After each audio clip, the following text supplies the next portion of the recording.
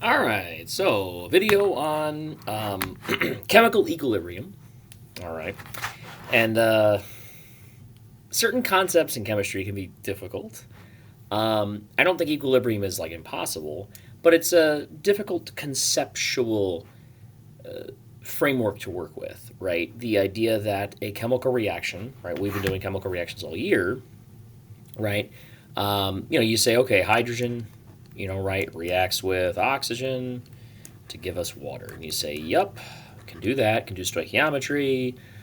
Maybe I can do some thermodynamics to tell me whether this reaction is exothermic. Maybe I can figure out whether it increases entropy, decreases entropy, right? Yeah, now we got to think that reactions can actually go both ways, okay? Um, which is a little bit weird because you're like, but it's written that way. Yeah, right? It's written left to right. We would infer that it more than likely means the reaction wants to do that, right? That is to say, the reaction will happen.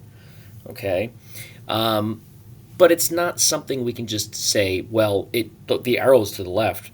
It must be to the left, no exceptions, and never does it ever go backwards. Because what you'll learn is that in chemistry, pretty much any reaction can be what's called reversible. Okay, and the notion here, this is where you get into like a probability game. Some reactions are reversible, like where, yeah, I can go this way, I can go that way, and it's not that hard to do that. I might just have to change the temperature a little bit. I might have to squeeze the container that the reaction is taking place in. I might have to. There's a lot of things we can do for some reactions to make it easily shift left to right, right to left, left to right, right to left. Some reactions are basically what we would call irreversible because they're essentially so difficult to go the other direction that for it to happen by itself is basically impossible. Okay? It's hard to know when that's the case, all right? Like, that's not something that's just, oh, yeah, the answer is when this is true. It's kind of like a judgment call, okay? So if you look at this reaction, you're like, okay, water as a molecule is this, right? Here's my Lewis structure for water. Here's my Lewis structure for hydrogen. Here's my Lewis structure for oxygen.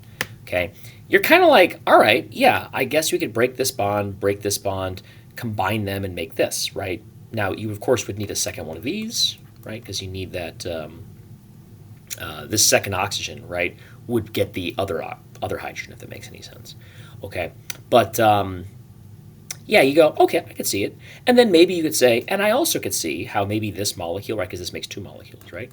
You say, maybe I could see how sometimes maybe this bond breaks, and then this bond breaks, and then reacts with the oxygen, right? You can kind of see how this reaction could go both ways, hopefully. All right. Um, you get to something like glucose, right, C6H12O6. That molecule is not in a straight line, it's a ring. Um, it's very unlikely to just spontaneously appear, right? We don't walk down the street and go, oh, look, it's raining sugar, right? Or I guess snowing sugar. And what I mean by that is there's CO2 in the air and there's water in the air. We don't just like, oh, sugar, right? That doesn't happen. Okay, photosynthesis really only happens in plants, okay, because it's a very complex procedure, very complex reaction. All this means what?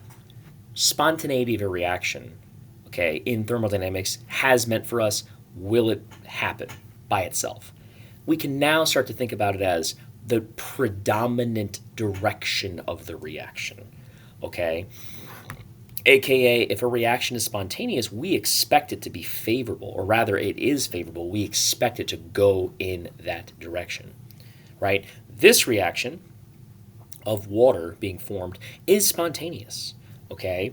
At room temperature, very easily. Okay, this reaction will happen very eagerly. Okay, it literally causes an explosion because it's that eager to react. Essentially, now it's be careful. You don't want to conflate thermodynamic equilibrium or chemical equilibrium. You don't want to conflate that with kinetics, which is the speed. Okay, but obviously, if it's exploding and making a lot of product, you can infer it's very favorable. Is something I would say is very reasonable. Okay. So anyway, where's this going? You say, okay, I kind of get what you're saying, but what's important here? Well, equilibrium is the idea that a reaction can go, as I've been saying, both ways. This symbol is what we use to really represent chemical, whoops, equilibrium. Okay? So this symbol, when you see it, it's not saying goes both ways evenly necessarily. It's just saying, hey, this reaction can go both ways. Okay, so I could write it up here, could write it for all sorts of reactions. Again, some of them are what we would basically call non-reversible because they're just so difficult to go backwards. But any reaction could be written this way, technically. Okay? So hopefully it's making sense. The question then is, well, how does this relate to like the amounts of something? Or rather, how do I predict which side dominates, right? How do I know which direction is favorable? And hopefully you're saying, oh, I need to know delta G. If I know delta G, if I know it's negative, I know the reaction wants to go left to right. That's the preference. That is the desire of the reaction. That is the desire of the universe. That this reaction is good. It will happen. Yay. If delta G is positive, it's the opposite. It's like, no. Going this way is bad. So bad that I'd rather go backwards. Okay? So hopefully you're like, oh yeah, I can kind of see now the arrow's going both ways, right? Obviously, delta G can't be negative and positive at the same time. Okay? Again, think of it as the preference. Like this, if it's negative delta G, left to right is by far going to be the favorable option. Okay? Essentially meaning if there's 1,000 reactions happening a second, maybe it's 998 are going this way, left to right. Okay? Or I guess from your perspective, it'd be this way, right? Left to right. Oh, wait. Yeah, I'm mirroring myself. It's kind of funny. Right? Left to right. Okay? But there's still maybe 2 reactions that are going backwards, right? But from a probability standpoint, from a big number standpoint, that 998 is obviously the main behavior, right? You're like, yeah, that's obviously. It's kind of like a good analogy of this would be like driving in the morning, right? If you're driving to work. Let's say you live in a city, or rather you live in the country and you're going into the city. Most cars are driving into the city in the morning, and most cars are driving out of the city in the evening, right? Rush hour. There's always some cars going the other direction, but you can think of it as when delta G is positive, right? We're coming out of the city, and when delta G is negative, we're going into the city. There's always some cars. If most cars going this way, there's always a couple that go the other way, right? That's kind of how you can think about this. Hopefully, it helps you. Okay, and then there's something magical that happens at delta G equals not positive, not negative, but the only number it could be if it's not negative, not positive is 0.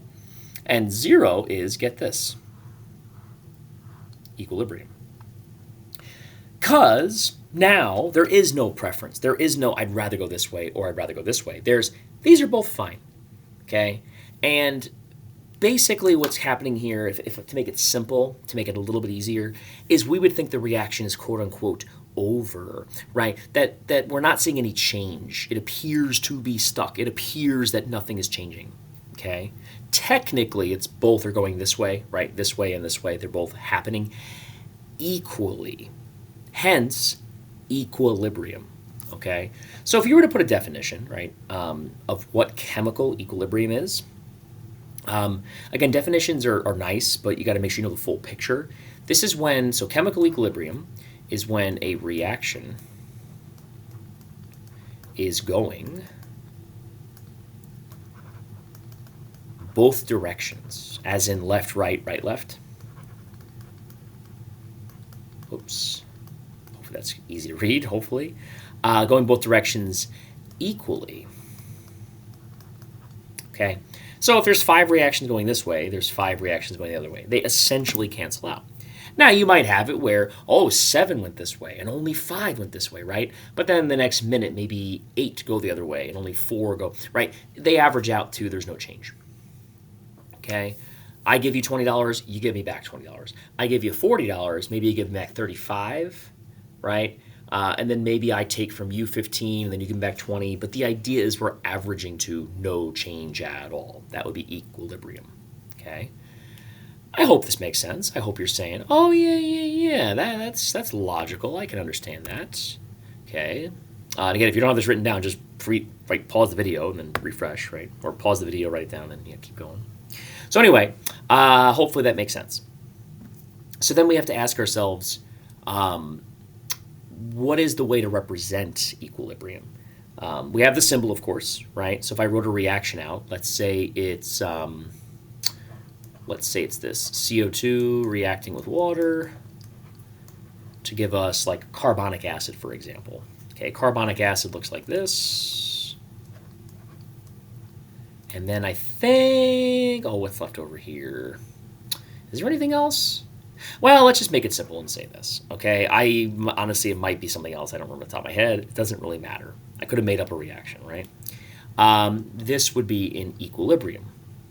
This reaction is actually quite important. This is what makes oceans more acidic. Okay, so carbon dioxide from the air sometimes gets dissolved in the water. It doesn't really want to, but there's just a lot of it, so it ends up getting, eventually some of it gets in the water.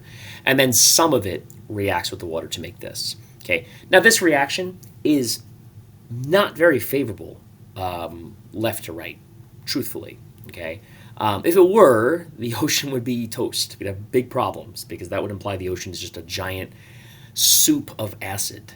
Okay, this is carbonic acid. It's I shouldn't say very acidic. It's what's called a weak acid. Okay, too much of this though would kill the ocean, or rather, it would fundamentally transform the ocean to be very acidic, which would be a problem for a lot of animals that live in the ocean. Okay, but anyway, equilibrium says there's going to be a lot more CO2 in water than there is going to be carbonic acid. Okay, and to understand why, you say, but I don't know. You say I can't just look at it. No, I get you. Right, makes sense. If you were to do the delta G calculation, you would find that this reaction tends to very much want to go this way, right? Because delta G, if I wrote the reaction like this, right, left to right, delta G is going to be positive, okay? Which means usually it wants to go this way. Hopefully that's making sense, okay? I'm just going to erase that so we have a little more space, okay? So how do we know? You say, how am I going to predict that? Well, you do delta G, and you could also look at what's called the KEQ. What is the KEQ? You say this is the equilibrium, the equilibrium constant. Now, before you start saying, you misspelled it, constant spelled with a C. Yeah, I know, but this was the Germans. Ein deutsches Wort, yeah? This is ein Konstant. They spell things with K's usually. Like things in English that are C's, in German are usually K's, okay? Not everything, but a lot of things, right? So the equilibrium constant. And what this is basically telling us is at a certain temperature, which side dominates, which side will be favorable. Notice I said at a given temperature. We usually assume, unless we're told otherwise, that this is at 298 Kelvin, which is the standard state, the standard temperature. Okay, you could get a KEQ of 400 degrees Kelvin, 100 degrees Kelvin, 5,000, right? You could, and that changes it. Okay, that's going to be very important, that the equilibrium constant changes based on temperature. Okay, very important. We'll get to that soon. So what does this look like? The equilibrium constant is equivalent to, now this is going to get a little bit messy. I'll do this for you. Ready? Let's do this. We have a reaction A plus B yields AB. Right? To make it simple, or let's do this. Let's do A to B. There's a reason for this, okay? So then you say, okay, you need to balance it, right? Two A's. Okay, cool. We are going to take our product. In this case, it's only one. This is A to B. We raise it to the power that corresponds to its coefficient, which in this case is 1. So it's raised to 1. Raising anything to 1 doesn't do anything to it, okay? Then we divide this, and by the way, I'll get to the brackets in a second, okay? We divide this by the reactants, so we have A. Now, don't forget, A has a 2 in front, so we need to square that, okay? You're saying, what? Square what? What is this bracket? I'll get to it in a second, okay? And then, of course, B, our other reactant, okay, would be here to the first power, okay? These brackets are the concentration. In chemistry, if you see brackets around something, especially if it's like a chemical symbol, right? It almost always means concentration. Okay, concentration. Depending on what class you're taking, if this is a high school chemistry class, or for me, it's a high school chemistry class that I'm teaching, it's going to be basically the amount, right? The amount of products, the amount of reactants. More properly, though, this should be in capital M, molarity. Okay, molarity, remember, is moles per liter. Okay, I think it's fair to say that if you're taking this as like a high school chemistry class, that thinking about it as the amount is a good way to start thinking about it. It's not you're going to be wrong eventually. It's not the amount, it's the concentration. Concentration and amount have a very close relationship, of course, right? When you're more concentrated, you probably have more of the stuff too. But it's not that simple. Okay, so if you're taking Gen Chem, just be careful. Make sure you use molarity. That's important. Okay, taking high school chemistry, whatever, the amount is a fair way to think about it. Okay, so anyway, you say, okay, cool. I guess what does this mean for me? Let's just say that at the end of the reaction, again, end is not the right word. We'll say equilibrium. At equilibrium, let's say KEQ equals, let's just say, I don't know, 10 to the fifth. There is no unit, okay? There is no unit for this, okay? 10 to the fifth. You say 10 to the fifth of what? I don't know what that means. It means, to make it simple, again, be very careful with what I'm about to say, because technically this does not work in all cases. This is just a generalization for you to understand, okay? It means the amount of products are going to be 10,000 or 100,000, 100,000 times more than the reactants. It means there's way more of this. How much more? Again, be careful, but this works sort of kind of 100,000 times as much of that compared to these. Okay? It tells you which side dominates. It's telling you, hey, the products are way bigger.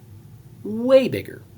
And if you're going, how'd you get that? Like, what do you mean? Well, I would plug my numbers in, right? If I actually had real numbers, okay, that for my class I'm teaching, at least this year, I'm not giving them numbers. It's just like the concept, right? But the premise here is, the numerator's way bigger. It's 100,000 times bigger than the denominator, which means KEQ is this. Now, this is very important, and I'm going to just quickly erase this. So again, if you need to just, pause, you get the idea, right? There's consequences for this. So KEQ, if it's bigger than 1, it means the products dominate. Okay, and I'll say products dominate in that there's way more products than reactants at equilibrium, right? We should be very clear. This means, I'll just use at, oops, that's horrible, at equilibrium. And there's a really good, I think it's really good, you tell me, a really good way to think about this is a seesaw. Okay, so at equilibrium, what would the seesaw look like? If K is greater than 1, it's going to look something like this, where the reactants, we'll say R, and the products, P. The products, are heavier. There's more. Be careful when I say heavier. There's more product than there is reactant. That's why K is bigger than 1. Okay, so then we have a second case, right, which could be KEQ is less than 1. And this is kind of the opposite, right? Greater than 1, less than 1. In this case, the reactants dominate at equilibrium. Okay, it's kind of flipped, which kind of makes sense. The denominator is bigger than the numerator, which means the reactants are going to dominate because they're in the denominator, right? So reactants dominate at equilibrium. And this would look like what? My seesaw would be a little bit different, right? Same seesaw idea, but now something like this, right? Reactants, products. We have more reactants than products. And hopefully you're saying, what about if it's not greater than 1? What if it's not less than 1? Well, I'm happy you asked, because that is very special. When a K is equal to 1, this means neither side. It's even. So we'd say, like, neither side dominates. This only means what, or rather this means what? It means that when you're at equilibrium, your seesaw is going to look like, I don't know, we'll do pink, I don't know. It's going to look like this. Products, well, it doesn't make, I guess I've been doing it this way. I really should have flipped it, because you're probably like, wait, you reactants are on that. Yeah, I just realized that, but whatever. It doesn't matter all that much. Does not make a huge difference, okay? But if you really want to, right, we could flip this. So this is reactants and this is products, okay? But it's even. So when we're at, and I can't stress this enough, at equilibrium. It's when you're there. If you're not there yet, the seesaw might look like this. And then K says, hey, it's going to look like this when it gets to equilibrium. Okay, so when you get there. You start a reaction, it's very unlikely you're at equilibrium when you start a reaction. Okay? You pour gunpowder in a fireworks tube, you pour in some phosphorus, you pour in some magnesium, right? Those things want to react, right? They're not like they're not instantly at equilibrium. That would be bad. That would blow up in your face. That would be bad, right? So be aware that it's not like every reaction starts at equilibrium. That's very unlikely. Okay, so that's K. Okay, and I want you to think about it as this. There's a relationship that delta G has with this, right? So like if your reaction has a delta G, that's, oops, let's not do -1. That doesn't really make sense. Let's just say negative, okay? This is generally, you got to be careful, doesn't mean always, but like this means it's spontaneous, left to right, which means we're going to make products, right? If delta G is negative for a large part of the reaction, because it will change, then yeah, I'm probably going to have a K greater than 1. If my delta G is positive, I'm probably, again, you got to be very careful. This means I'm probably going to have a KEQ that's less than 1 because the reactant side is being made, right? Realize that delta G changes, right? As this reaction proceeds, the temperature changes, okay? Because every reaction is either endothermic or exothermic. So the reaction has like a thermostat built into it. And we'll talk about that when we get to Le Chatelier's principle, okay? But the premise is that delta G will change, and eventually delta G will reach 0. And that's when we're at equilibrium, okay? Now be very careful, and I drew it next to here, but I want to draw something very important. These two things are not the same. These two things are not the same. Do not mix them up. And do not think that delta G equaling 0 means K is equal to 1. That's not what it means, okay? I'm trying to have you think that you might be able to say this is true, generally. You might be able to say this is true. Oops, this is true, generally. But this is like a very specific scenario. It implies equilibrium is a K of 1, which is not that common.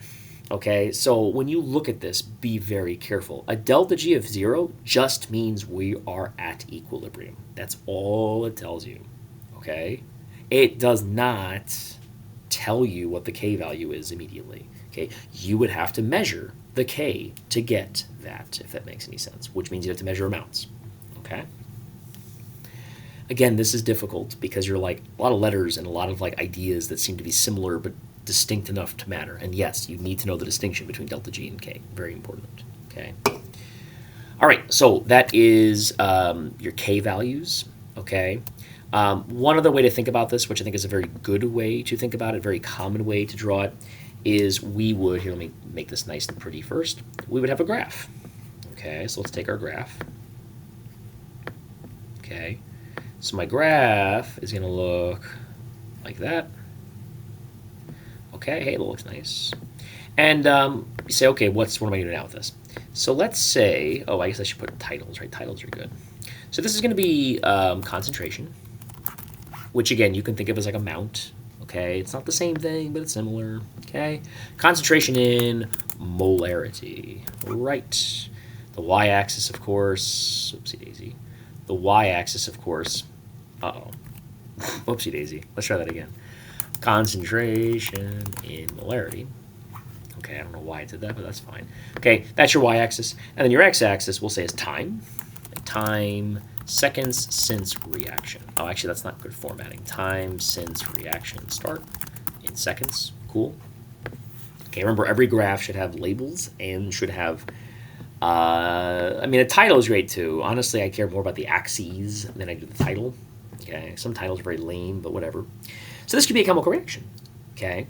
Let's say, hypothetically, for the title, right? Let's put a title. Let's say this is H2, oopsie, let's drop my pen. H2 plus O2, I guess I should balance this, right? 2 yields 2H2O, right? Again, I know this doesn't look super pretty because I'm not putting subscripts, but I guess I should probably get rid of the underscores. Might look a little bit better, maybe. Yeah, I guess it looks a little better. Okay, so that's your reaction. Cool. And what I'm going to do is I'm going to label these series. So let's start with the H2. So I'm going to start with maybe this amount. Okay. The reaction starts. It's going to very quickly drop, and it'll be level off here. Okay.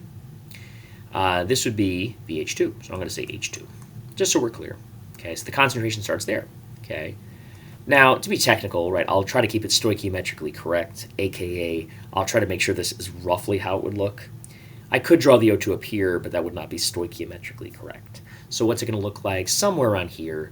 And what does it look like? Something like this. Okay. Notice it's half because there's only 1 mole needed. Okay. Kind of cool, right? This is, by the way, why concentration is not the same thing as mass. But, just an FYI, because oxygen is way heavier than hydrogen.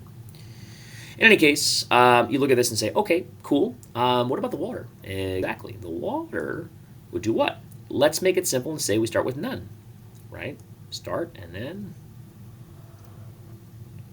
something looks like this.